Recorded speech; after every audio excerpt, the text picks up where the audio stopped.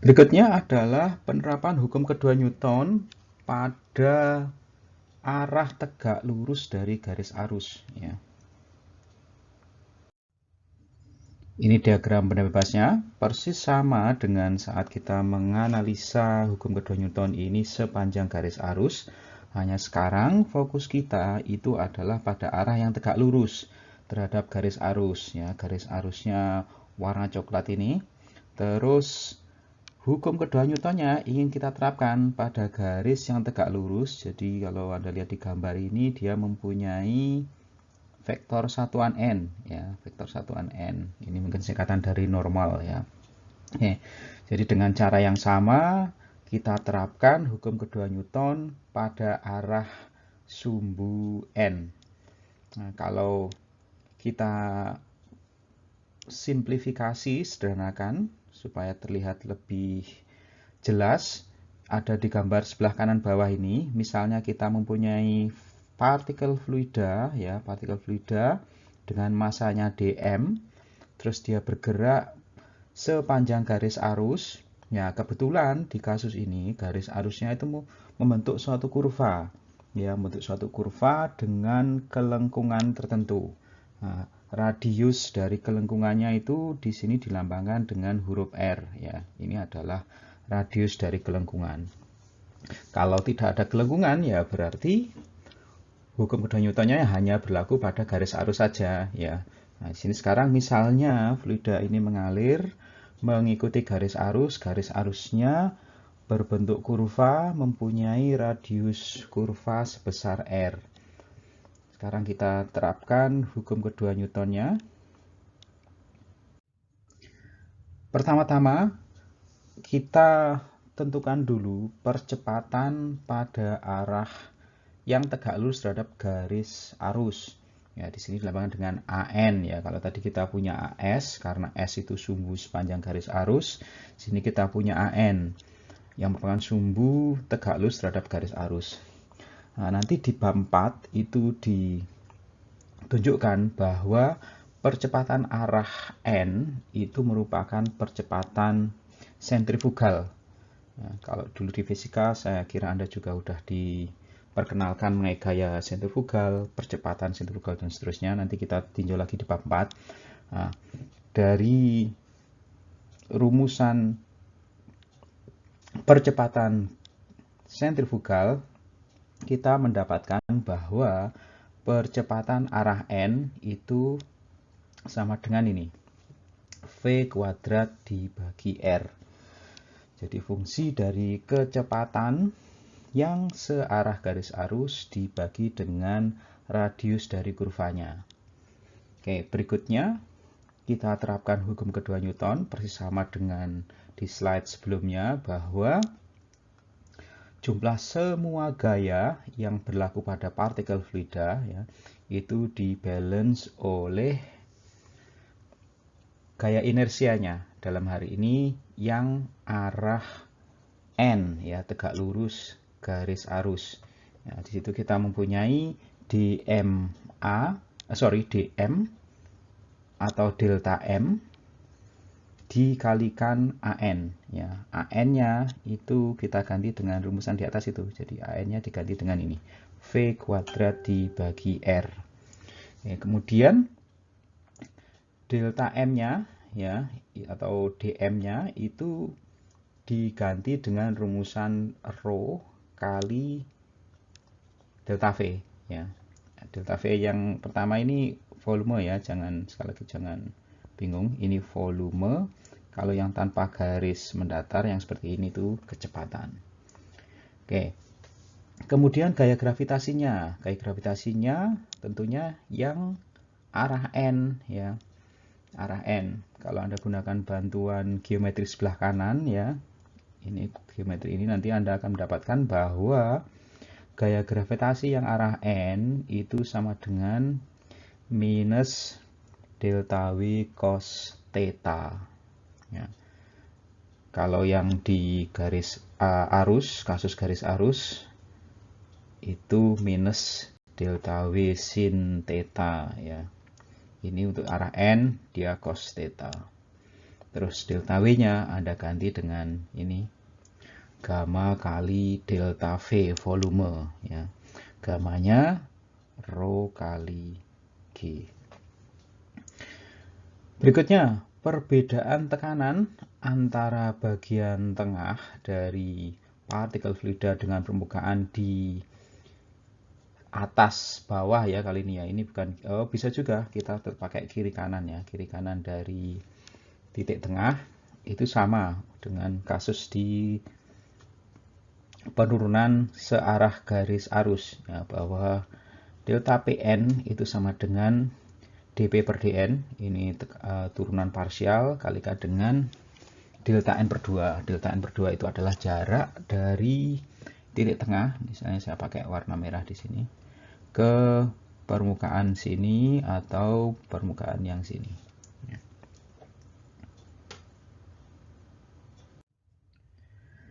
Berikutnya, gaya tekanan bersih ya, dalam hal ini yang searah sumbu N. Nanti Anda masukkan komponen tekanannya ini ya, ini komponen tekanan di sisi bawah ya. Terus supaya menjadi gaya dikalikan dengan luas ya. Luasnya adalah delta S kali delta Y. Delta S-nya kalau saya pakai warna purple, ini delta S-nya ini ya. Ini delta S dikalikan dengan delta Y. Delta Y adalah ketebalan ya menuju ke layar ya. Bisa kita asumsikan 1. Nggak masalah, nanti dia bisa kita hilangkan dari masing-masing suku. Terus dikurangi dengan gaya dari bagian sisi yang atas ya, P dibagi delta Pn kali luasnya delta S kali delta Y. Nah, ini Anda sederhanakan menjadi ini minus 2 delta Pn delta S delta Y, yang nanti bisa Anda sederhanakan lagi, akhirnya mendapatkan ini dP per dN kali delta volume. Kemudian gaya bersih ya, gaya bersih berarti semua gaya. Kita masukkan gaya tekanan, gaya karena berat ya. Jadi ini gaya karena berat arah N, ini gaya karena tekanan bersih arah N. Kalau Anda masukkan suku ini terus suku yang di slide sebelumnya, nanti Anda mendapatkan persamaan ini. Terus kalau Anda balance dengan suku gaya inersianya ya, tadi kan gaya inersianya kan delta M kali AN. AN-nya bisa diganti dengan V kuadrat dibagi R. Anda akan mendapatkan persamaan 3.10A. Ini merupakan persamaan aliran fluida invisit, steady, dan tegak lurus terhadap garis arus. Ya, sekali lagi, kalau Anda melihat di skemanya di sebelah kanan, itu dia untuk arah N. Ya. Persamaan aliran fluida invisit yang tegak lurus terhadap garis arusnya saya taruh lagi di atas ini. Ya, ini persamaan 3.10A. Kalau Anda perhatikan di persamaan ini, kita di sebelah kiri mempunyai suku gaya inersia yang dibalance oleh suku dz per dn dikalikan gamma, itu lambang dari berat fluida. Terus suku yang kedua di sebelah kiri itu adalah gradien tekanan. Dari sini kita bisa menginterpretasikan bahwa untuk melakukan perubahan dalam arah aliran fluida, dalam hal ini dia mempunyai kurva dengan radius R, maka perlu dilakukan perubahan salah satu dari komponen sebelah kiri ini. Ya, bisa kita ubah komponen berat dari partikel yang tegak lurus terhadap garis arus, atau kita ubah gradien tekanannya, atau kita ubah kedua-duanya ya untuk melakukan perubahan itu arah dari aliran fluida. Oke, kita lakukan penyederhanaan sekarang. Semisal efek gravitasinya diabaikan, Dalam hal ini Anda bisa membayangkan misalnya fluidanya itu gas ya. Untuk gas Anda bisa abaikan efek gravitasinya sehingga suku pertama sebelah kiri itu 0. Atau Anda bisa abaikan misalnya fluidanya itu mengalir pada permukaan horizontal ya, horizontal sehingga dz per dn-nya 0 ya. Kan delta z-nya kalau Anda perhatikan di gambar sebelah kanan itu kan melambangkan ini ya, jarak tertentu itu karena karena bentuk kurvanya. Kalau misalnya fluidanya mengalir dalam permukaan horizontal, maka delta Z-nya 0 ya. Oke, misalnya kita abaikan efek gravitasinya, jadi ini 0. Maka kita akan dapatkan persamaan 3.10b. Ya, bahwa di sini gradien tekanan arah N itu sama dengan minus rho kali V kuadrat dibagi R. Ya. Rho-nya positif, V-nya positif, R-nya tertentu juga positif. Dari situ Anda bisa lihat bahwa dP per dN-nya negatif. Nah, kalau Anda perhatikan gambar di sebelah kanan, N-nya itu dia arah menuju ke titik pusat kurvanya. Ya. Titik pusat kurvanya kan ini. Ya. Dari sini kita bisa interpretasikan bahwa dengan persamaan 3.10b ini, bahwa tekanan itu dia akan naik seiring dengan menjauhnya fluida itu dari titik pusat kurva. Ya, jadi semakin dia menjauh, jadi bergerak ke sini, maka tekanannya itu dia naik. Ya, sekali lagi karena ini persamaan 3.10b ini. Ya. Fenomena inilah yang kita lihat pada angin tornado atau di Indonesia disebut sebagai angin puting beliung. Di titik pusat dari aliran fluida, misalnya di sini dia itu tekanannya rendah, ya, rendah sekali. Sementara tekanan yang jauh dari titik pusat, misalnya di sini, dia tekanannya lebih tinggi, ya, bisa pada tekanan atmosfer. Nah, perbedaan tekanan inilah yang digunakan untuk membalance percepatan sentrifugal. Nah, ini kan mengalami percepatan sentrifugal. Ya.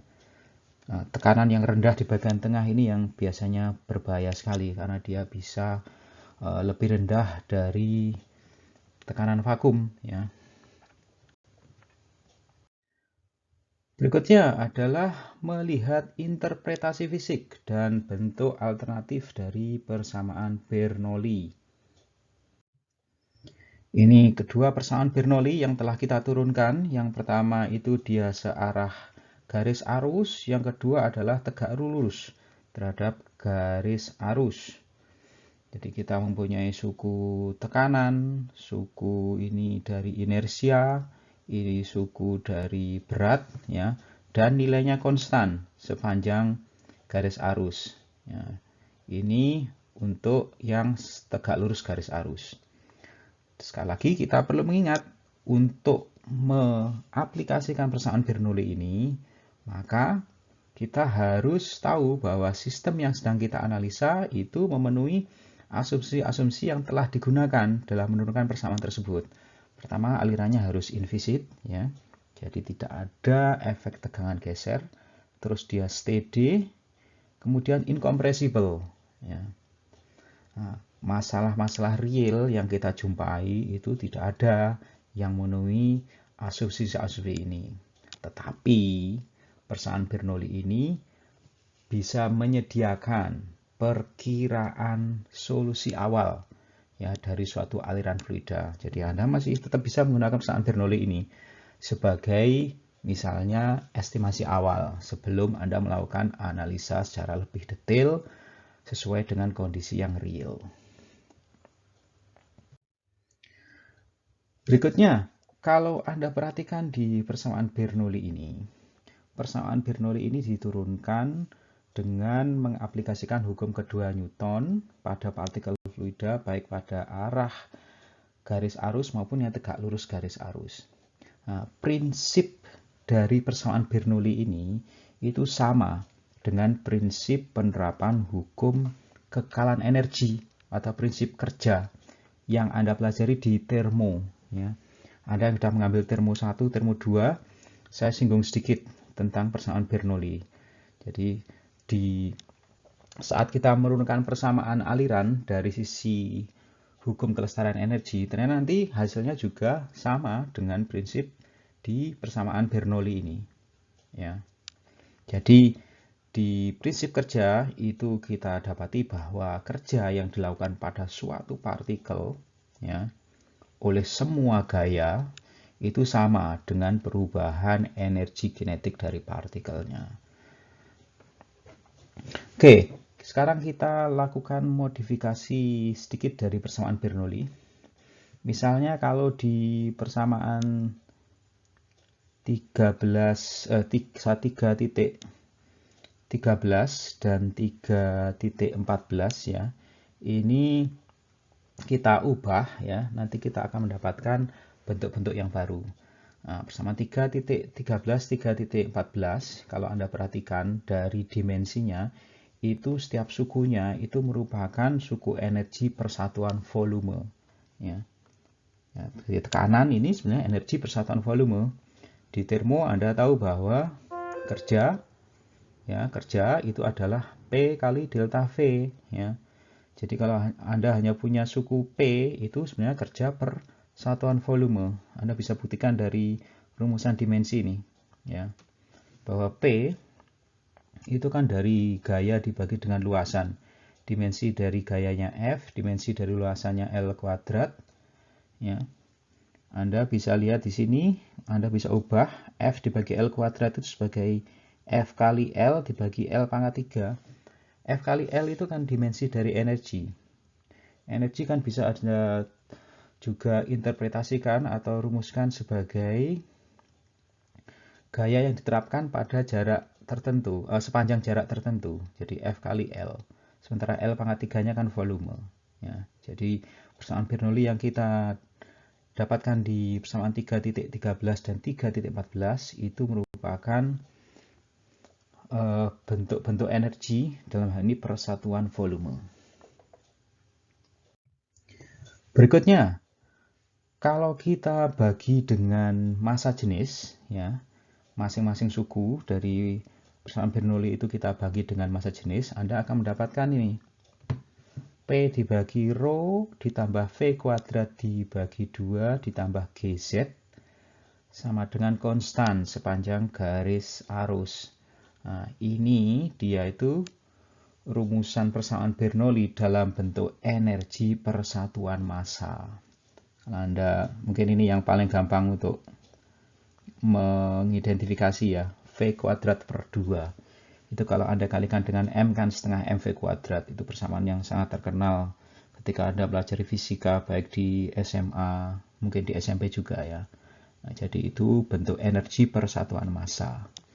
Kalau Anda ingin buktikan dengan dimensinya, Anda masukkan ini P dibagi rho, P-nya dimensinya F dibagi L kuadrat, rho-nya itu kan massa dibagi dengan volume, ya, dimensinya M dibagi L pangkat 3. Terus Anda atur-atur, nanti Anda mendapatkan ini, FL dibagi M, jadi energi per massa. Kemudian, kalau kita bagi lagi ya, dari tadi energi per massa, masing-masing sukunya kita bagi dengan G, nanti Anda akan mendapatkan ini bentuk persamaan Bernoulli dalam bentuk energi persatuan berat ya, P per gamma ditambah V kuadrat per 2G ditambah Z ya, Z itu konstan sepanjang garis arus. Nah, kalau Anda perhatikan, Anda lihat dari Z-nya itu kan dimensi panjang ya kan, jadi length L ini.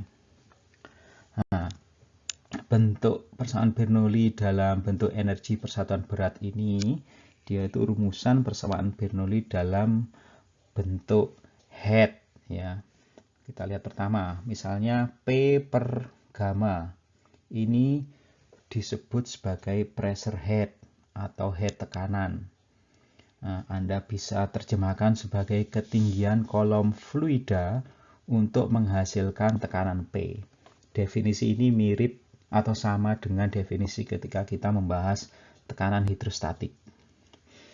Kemudian head yang kedua, ya, jadi V kuadrat per 2G ini dimensinya juga panjang, ya, disebut sebagai velocity head atau head kecepatan. Bisa kita interpretasikan sebagai jarak vertikal yang diperlukan suatu fluida untuk jatuh bebas mencapai kecepatan V dengan tanpa gesekan, ya, dengan tanpa gesekan. Kemudian head yang terakhir Z itu disebut sebagai elevation head atau head ketinggian. Itu bisa kita interpretasikan sebagai energi potensial partikel fluida. Nah, jumlah ketiga head itu, ya, jadi head tekanan, head kecepatan, head elevasi atau ketinggian itu sama dengan head total, ya, yang mana dia nilainya konstan. Nah, nanti kita akan banyak bersinggungan dengan jenis-jenis head ini saat membahas misalnya analisa pompa, ya. Sekarang kita lihat contoh berikut ini. Disebutkan di sini ada aliran dari suatu air dari suatu syringe. Syringe ini jarum suntik, ya, ini skemanya. Jarum suntik dia diisi air, terus lalu disebutkan di sini di gambar yang kedua kita terapkan gaya F, ya, sehingga dia menghasilkan tekanan yang lebih besar dibanding tekanan atmosfer di titik 1. Oke, di dalam tabung dari jarum suntiknya itu tekanannya naik karena kita tekan dari bawah. Kemudian airnya mengalir keluar melewati jarum suntiknya itu di titik 2. Dia mempunyai kecepatan yang tinggi titik 2 ini. Terus jet airnya menyembur keluar mencapai titik tertinggi titik 3. Ya. Pertanyaannya adalah diskusikan energi dari fluida air ini pada titik 1, 2, dan 3 menggunakan persamaan Bernoulli. Jadi nanti kita ingin lihat konversi energinya seperti apa dari titik 1, 2, dan 3. Oke, persamaan Bernoulli yang kita gunakan searah garis arus sama 3.13, ya. Jadi kita mempunyai komponen tekanan, komponen energi kinetik, energi potensial yang mana dia konstan sepanjang garis arus, ya. Dalam melakukan analisa ini kita gunakan persamaan Bernoulli sehingga kita harus asumsikan bahwa fluidanya itu steady, inviscid, incompressible, ya, seperti tunjukkan itu. Terus seperti tunjukkan di persamaan 3.13 itu bahwa jumlah dari ketiga jenis energi itu konstan sepanjang garis arus. Artinya jumlah ketiga komponen itu di titik 1, 2, dan 3 dia sama, ya, dia sama. Nah, dari situ kita analisa di titik 1. Titik 1 itu kita bisa asumsikan fluidanya relatif diam, ya, tidak ada gerakan, meskipun ada tentunya karena kan dia tekan ke atas, tapi kita bisa asumsikan diam atau kecepatannya kecil, sehingga di sini kita bisa tentukan bahwa komponen energi kinetiknya itu kecil di titik 1, ya. Kemudian komponen energi potensial GZ-nya 0. Kalau kita pakai referensi di sini, ya, ini referensinya, jadi ini H sama dengan 0. Nah, yang besar apa? Suku ini energi karena tekanannya itu, ya, energi karena tekanannya. Kemudian bergerak di titik 2, gerak titik 2 berarti 2 itu mempunyai kecepatan yang besar sehingga komponen energi kinetiknya dia besar, ya. Bagaimana komponen energi potensialnya? Komponen energi potensialnya kecil, ya, karena dia mempunyai ketinggian sebesar ini, hanya sebesar ini. Ini H2, ya. Oke. Kemudian suku tekanannya kita bisa anggap 0, ya, karena di situ tekanannya kecil sekali, bahkan mungkin mendekati tekanan 0, ya, tekanan 0 vakum artinya, ya. Jadi tidak ada perbedaan tekanan sebesar apapun antara titik 2 itu dengan atmosfer, ya. Oke, berikutnya di titik 3, titik 3 dia titik tertinggi dari semburan air. Ya, titik 3 itu tentunya berarti kecepatannya 0, sehingga energi kinetiknya dia 0. Energi potensialnya dia yang paling besar, ya, karena di sini dia mempunyai H yang besar. Jadi ini H dari 3. Kemudian suku dari tekanannya kita juga bisa asumsikan dia 0. Ya. Nah, dari situ Anda bisa lihat bagaimana energi itu berkonversi dari titik 1, energi tekanan menjadi energi kinetik di titik 2. Kemudian dia berubah lagi menjadi energi potensial di titik 3. Nah, karena kita gunakan persamaan Bernoulli, di mana kita asumsikan steady, inviscid, incompressible, ya tidak ada losses, tidak ada gesekan, maka kita mendapati bahwa jumlah ketiga komponen dari energi itu dia konstan antara titik 1, 2, dan 3. Dalam kenyataannya tentunya tidak, ya. Energi titik 3 akan lebih kecil dibanding energi titik 1 karena akan ada kehilangan energi selama proses dari 1 ke 2, kemudian 2 ke 3.